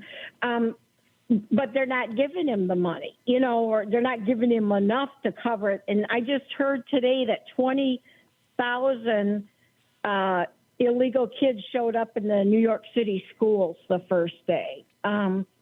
But I just think this is people getting their own bitter medicine, and they don't like it, and they're bitter and they're whining, and they should have thought of that before all the city riots and all the defunding of the police and the people that were beat up and killed, and the businesses like Minneapolis lost 1,000 or 2,000 businesses. They should have thought of this. Eric Adams and that Democratic Socialist woman from Minnesota, they should have thought of this. What do you think? Well, yeah, I think I understand what you're saying. We're not wishing anybody ill will. And it reminds me of something my mother would tell me when I was growing up. She didn't wish me any ill will either, but if she told me, hey, don't touch that, Richie, and I would do it anyway, she would start getting mad and start saying things in Spanish. And she would tell me, bueno que te pasa. Bueno que te pasa. And that means good for you that happened to you. Good for you. It's good that happened to you so you can learn. And, it was a tough love moment. And so I kind of get where you're coming from. But I have to say, this woman, I think, has had a real change of heart. Look at what she wrote on Facebook. Listen to this. She says, quote, "Look at my face. Remember me," all caps. "When you're thinking about supporting letting juveniles and young people out of custody to roam our streets instead of holding them accountable for their actions. You could have been reading the obituary for me and my children today." Again, that is Sivanthi Sathandan. And she continues, "But instead, I'm here to write this. Look at my face. These criminals will not win. We need to take back our city, and this will not be the last time you hear from me about this. Thank you to the incredible Minneapolis 4th Precinct officers, Mayor Frey, Chief O'Hara, paramedics, neighbors, and friends who all came to our aid during this terrifying experience. I'm so grateful for this community that wraps us in love. Now, her comments were, a different tune than her previous advocacy to dismantle the Minneapolis Police Department. So I have to say, I'm telling this story not as, haha, I told you so. I'm talking about this story because I want it to be a cautionary tale to so many. This is not the first time. This happened in Philly. I was doing a show in Philly once, and there was, I don't know if she was, I think she was a state legislator, and she was also part of the defund movement and, was on board with that, and she was carjacked. And this is a real thing. You can't allow people to become criminals and aid and abet and coddle the criminals. These pro-crime prosecutors that do this are putting citizens at risk. In this case, a mother with her children in tow, beaten. She has a broken leg. I mean, just imagine the beating you have to get to have a broken leg. It's a horrifying scenario. As the dad of 2 daughters, I would hate for this to happen to my children. I would hate for it to happen to anybody. I hate that it happened to her. And I feel badly about it. But I think the story has to be told because it's so incredibly important. Now, with respect to Mayor Adams, you're right. He's whining. He dug his grave, right? He made his bed. He's got to lie in it.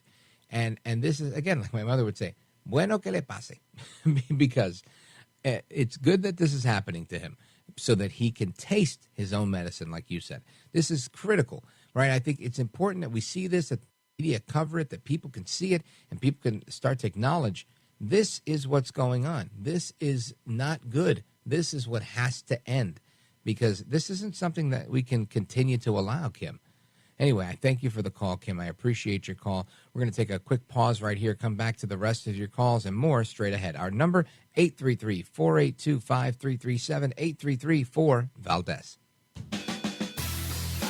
This is America at Night with Rich Valdez. Call now, 833-4-VALDEZ. That's 833-482-5337. 833-4-VALDEZ. That's Valdez with an S.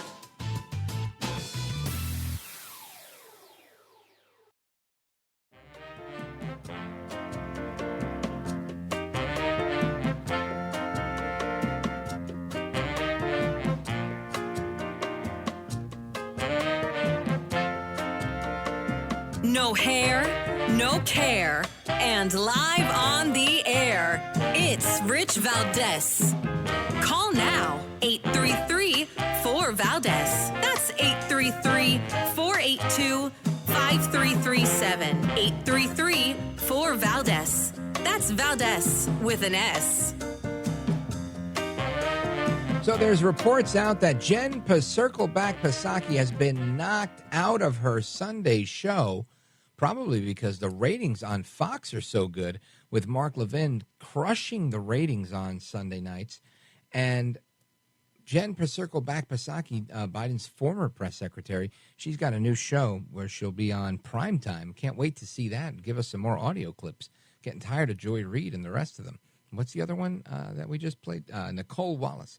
But speaking of press secretaries in the White House, the current press secretary, Karine Jean-Pierre, she made headlines early on because, she said she was history. She was walking history because she is a woman of color that is a member of the LGBTQ community, and she was dating someone who covered the White House, Suzanne Malveaux from CNN. Well, according to the New York Post, it's Splitsville for the two, and one can only connect the dots, like our astute producer in the control room, that it seems that Jen Circleback Psaki's successor, Karine Jean-Pierre, KJP, that her and her girlfriend, Suzanne Malveaux, broke up the same day that CNN decided to turn states on Joe El Baboso Biden with their polls saying, it doesn't look good for Joe. This might be it. Democrats are concerned about potential Hunter Biden investigation. This might be the straw that breaks the camel's back. I don't know. I don't know, but it doesn't look good. And she did that in a spread that she did in Vogue magazine. So as I get more info on that, I'll share it with you. But that's where we are. I want to get to your calls. Let's see what we've got here. Okay, we've got a lot of them here. All right, we've got Wilmington, Delaware, Cumberland, Maryland, Zanesville, Ohio, Myrtle Beach, South Carolina, Evergreen, Montana. This is fantastic. All right, let's go here. We're going to go in order of appearance when people called in.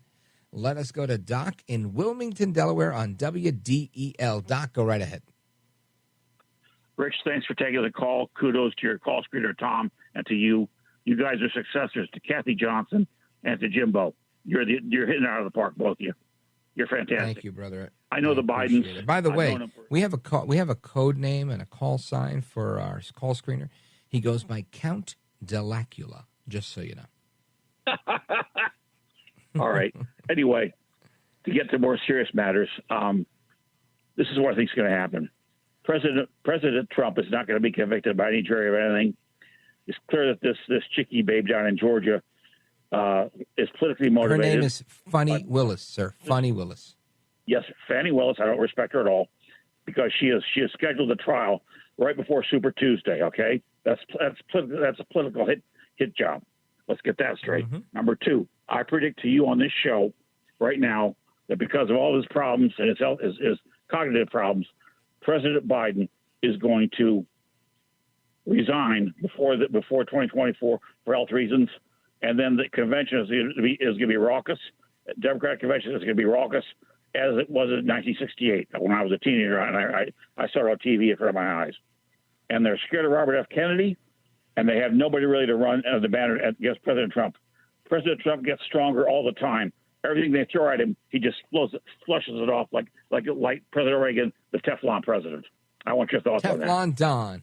Yeah, listen, I think you might be onto something.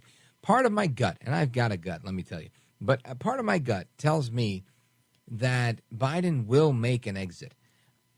I don't know how and where it looks like. I would love for Kamala Harris to run. Kamala Harris, I would absolutely love it. But here's the thing.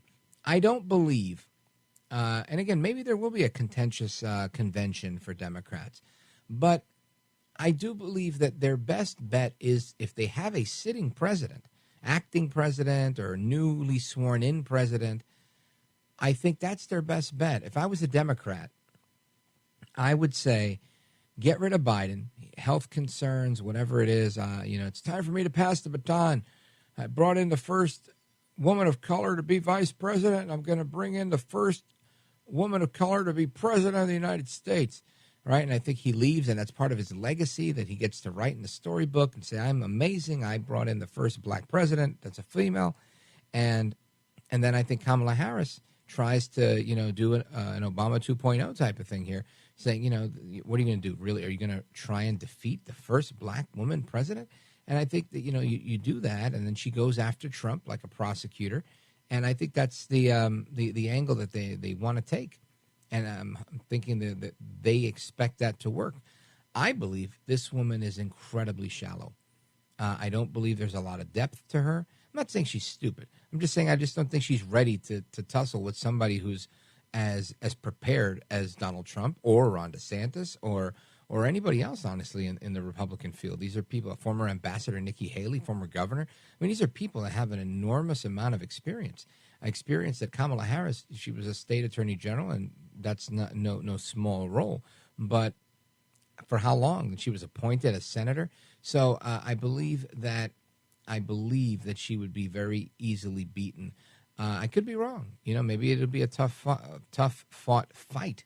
However, only time will tell. A lot of people are making comments about Gavin Newsom or Gretchen Whitmer or any other. I just don't see them. I think that's failure to take flight there. I think it's an idea, but I don't think it's going to happen. Maybe Newsom might be a vice presidential candidate for Kamala Harris. That might be doable. Maybe Phil Murphy in New Jersey. Who knows? But Phil Murphy doesn't strike me as the type that want to do it. Newsom, I think, might. You never know. So that's my thought with that in terms of that. And in terms of Trump, I think you're right. The more they throw at him, the better he does. More and more people like him. The other day there was a rap video of a group that goes by Latinos for Trump 2024. And this rap video, they're rapping about how they're charging Trump with a RICO case. And there's a lot of discord in the hip-hop music community, or at least some discord, because another rapper named Young Thug, he was indicted by Funny Willis. And there's a lot of rumor, innuendo, I can't say it's true, I can just tell you what I know about, what I've heard about, that Funny Willis is the mother of a child with a rapper, a different rapper. And because she was with that rapper and there was some sort of rivalry, she decided to prosecute the rapper named Young Thug. And all of Young Thug's fans were up in arms, and they didn't like what Funny Willis was doing. So she already has a little bit of a negative reputation with a lot of people in the inner city, in the urban parts of Atlanta. So it's interesting to see those same people now are being sympathetic towards Trump. And these, again, Black Americans, Hispanic Americans that are really seeing right through this sham, and not because they care about politics or they know the facts of the case. They know about this woman's reputation for being malicious in her prosecution, and I think it's all catching up to her. We'll see how it plays out, Doc, but that's my thought. And I think you're right. And I hope you're right, really. I hope that Biden doesn't run because America needs better. It deserves better, and Joe Biden isn't it. Doc in Wilmington, Delaware, thank you, sir. Thank you, sir. You bet. Always a pleasure to talk to you. Big shout out to WDEL in Delaware. Now, we're going to continue with your calls straight ahead. We have calls from all over the place, so I'm going to probably go to your calls to make sure nobody's on hold, at the end of the night, because I covered too many things. But there is a story I want to get to about residue found in the air from narcotics use on trains.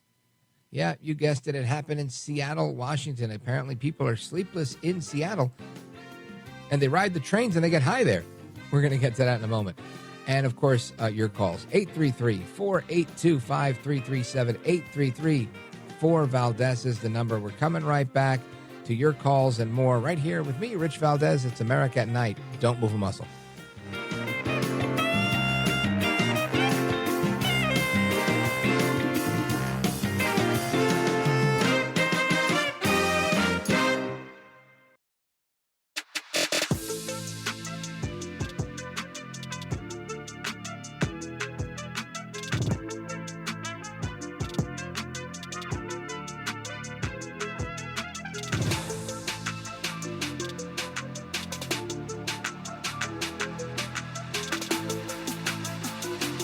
Brown. He's bald, and he's breaking it down. It's America at Night with Rich Valdez. Call now, 833-4-VALDEZ. That's 833-482-5337. 833-4-VALDEZ. That's Valdez with an S. All right, America, welcome back. We continue with Open Phone America, a time-honored tradition here on this program. And I try to never lose sight of that, right? I think tradition's important. And it's always an honor to me to be on this microphone, once occupied by the late, great Jim Bohannon, and prior to him, the late and also great Larry King. And to be here with some callers, like Gil from Manila, Philippines, who calls in every now and again, who was a listener of theirs throughout both programs. And we're talking about a program that started the year I was born 45 years ago. So that's always really just a humbling experience and something that, again, I'm grateful for, and for each and every one of you that listen to this program. And I want to continue with your calls. Let's move it to Maryland and check in with Frank in Cumberland, Maryland on WCBC. Frank, what's up? You're on with Rich Valdez. Go right ahead. Recently, we've had some very ugly interracial murders. There was Buffalo, and then there was also a supermarket someplace, I don't know where it was. But what I'm trying to say is the press doesn't report interracial violence equally. And 9 out of 10, most crime is among the same race. I mean, whites attack whites and blacks attack blacks. But when the two races do fight, 9 out of or commit crimes against the other race, 9 out of 10 of those, as I understand it, are black on white.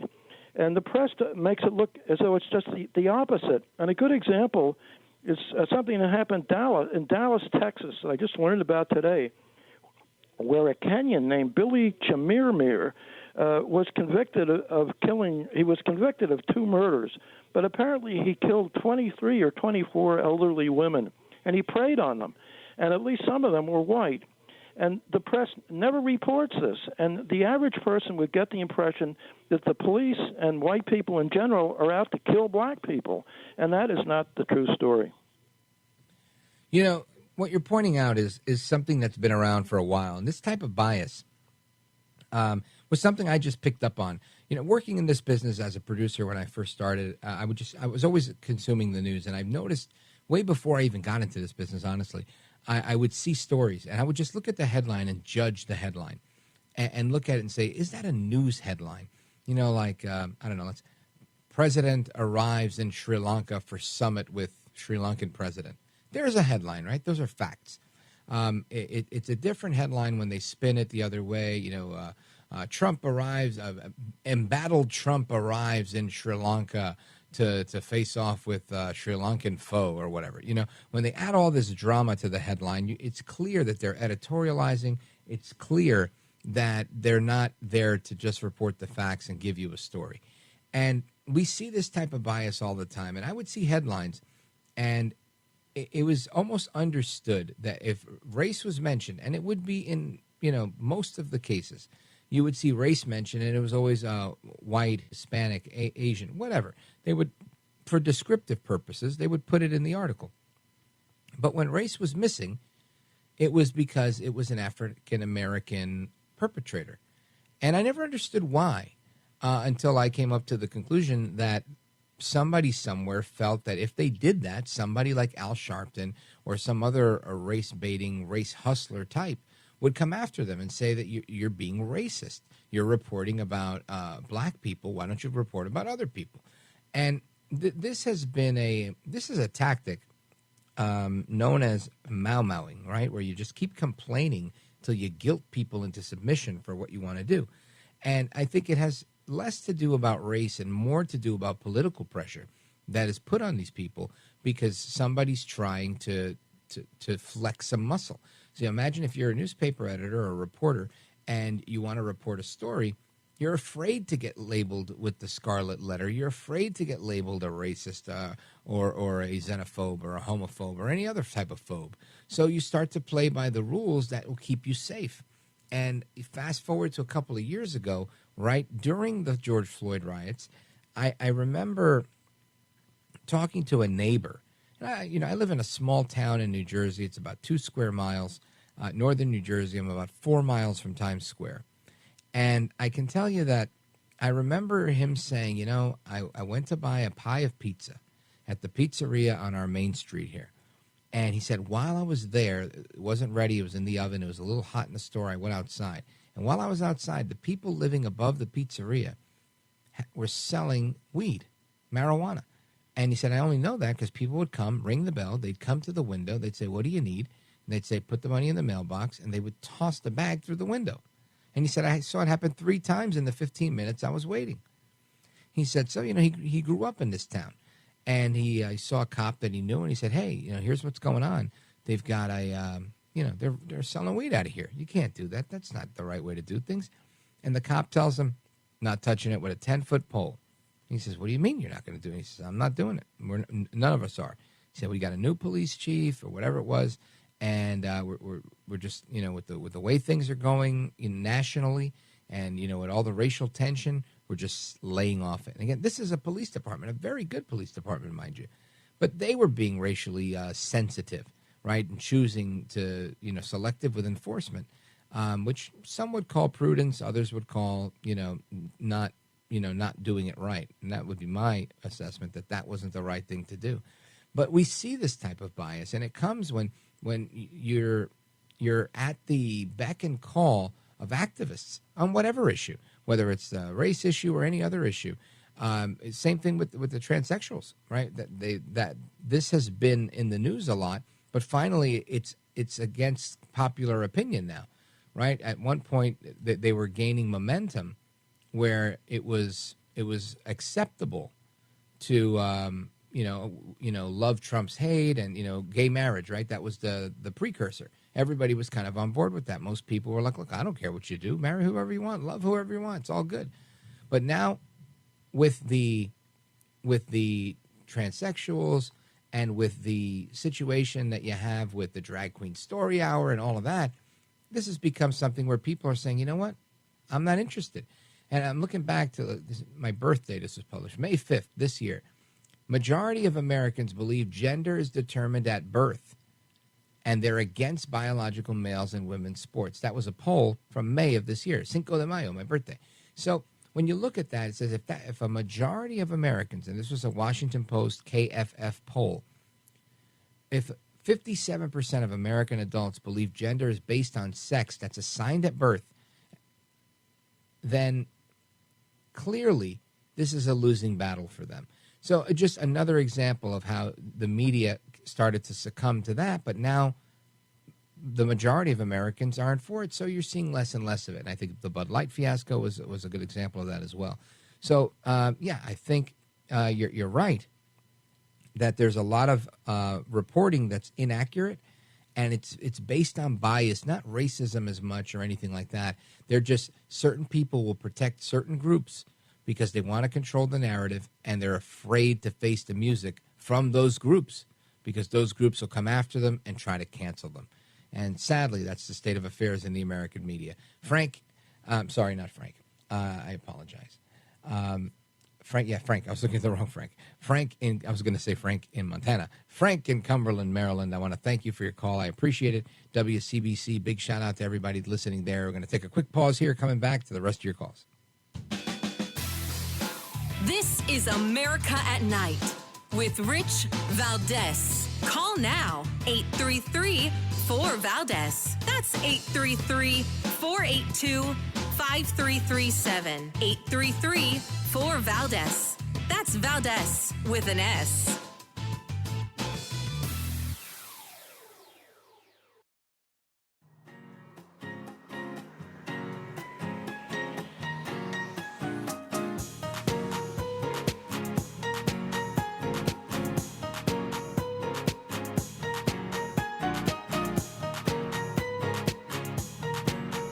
America at Night with Rich Valdez. Call now, 833-4VALDEZ. That's 833-482-5337. 833-4VALDEZ. That's Valdez with an S. All right, America, welcome back. It's still me, Rich Valdez. I'm still here in the middle of a storm. There's a lot of rain coming down. I hear thunder all over the place. So if I cut out and I go silent, it's because the deep state initiated a storm to hit me with one of those weather weapons. I'm kidding. I want to go to Al in Myrtle Beach, South Carolina, WRNN. Yes, sir. Thank you for taking the call. This might be considered a public service announcement.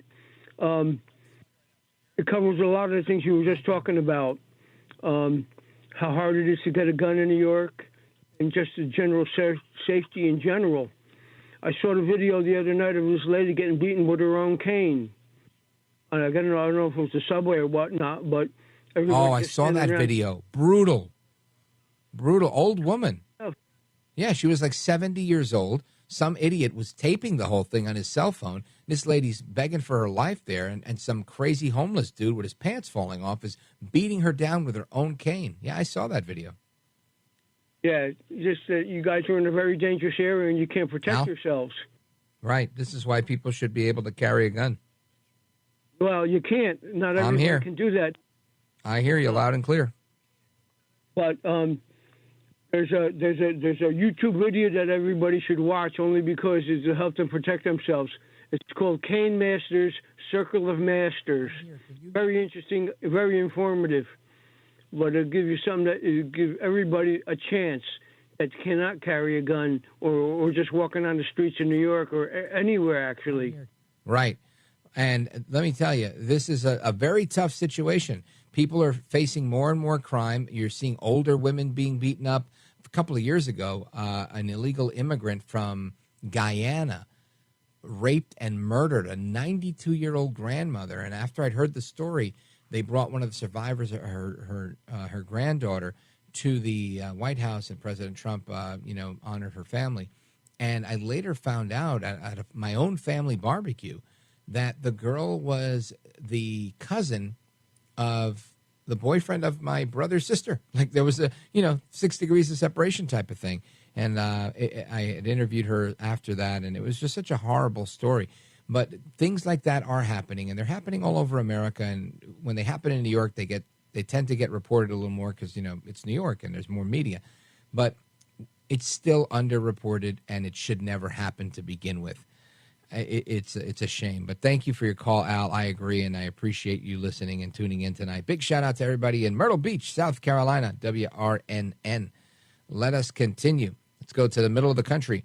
Paul in Zanesville, Ohio, WHIZ. Paul, go right ahead. Good evening, Rich. It sounds like you're battling some gremlins there tonight. Rich, I honestly don't know how you do this for 3 hours straight. Oh, yeah. This talking. I really don't. Yeah, I sit back and listen. It's easier to listen than it is to talk. But, sometimes you got to get the nerve up to call in and talk because it's harder than what a lot of people think. But anyways, what I had to say was, Joe Biden and Donald Trump. Okay, years ago, this is back 6-7 years ago, when I was listening to the Jim Bohannon show, the late, great Jim Bohannon said all this, which is now happening. He said, we get all these immigrants in here and everything. And by the way, it is hard to talk about one thing when you have to listen to 4, 5, 6, 7, 8 different things because you're on hold. But that's a great thing because everybody's listening. But anyway, I don't want to stroke you too much. But anyway, I think that when Joe Biden said that Donald Trump has never built anything, come on, dude. He built a wall. He built our military. He built our economy. He's for fossil fuels. He stopped all this illegal immigration. You got all these Democrats whining now about this stuff. And I think that the only way that Donald Trump can win this election is if Joe Biden is impeached. Because if Joe Biden is not impeached, they will do everything in their power because they know they have no one. Kamala Harris, get real. Gavin Newsom, come on. Look at California. So I just think that, and I'll tell you one other thing as a side. I see more. I've worked in a big box store for a while because I'm semi-retired as an electrician, but I worked in a big box store, and I see more hats, shirts, and things like that of Donald Trump. I have not seen one Biden hat in the last 3 or 4 months. So if you don't vote for Donald Trump, at least vote for somebody that stands for America. If you hate Donald Trump, that's fine. That's your prerogative. But Joe Biden has done nothing for this country. And I hope that the Republicans get the backbone to go after Biden and his clan and Hunter Biden. That's my feeling. And, I'm beside myself. If they had a good Democratic candidate, that I thought could beat Donald Trump, I'm a diehard Donald Trump fan. But if they had a good Democratic candidate, because I come from a Democratic family, that maybe could do something like that. I like that Larry Elder guy. He's not a Democrat, but I think he was really snuffed when it came to the Republican debates there. But I just think that without Donald Trump, I know I'm rambling on, Rich, but I appreciate you listening, and I'm glad that you're carrying on the legacy of Jim Bohannon and Larry King. Thank you so much, Paul. Thank you for your kind words. And it's laughable to think. It really is laughable to think that anybody could look at Donald Trump and say he didn't build anything. The guy is a professional builder. That's literally what he does for a living. And you're so right. I mean, Joe Biden has done a lot of things for this country. The problem is none of them are positive, right? He's let in all these new people. Millions of people have crossed the border illegally because of Joe Biden. There's, I mean, you name it. There's so we have inflation. We haven't seen inflation like this in more than 4 decades. He did that, right? So there's so many things that he's done, but nothing that he could really proudly take credit for. So I agree with you on everything you said. We have to go in a new direction. And whether you like Trump or you don't like Trump, and I also am a fan of Trump's, we can honestly say Biden is not it, and we have to do better. Folks, keep it locked right here. More on your calls coming up right now. This is America at Night with Rich Valdez.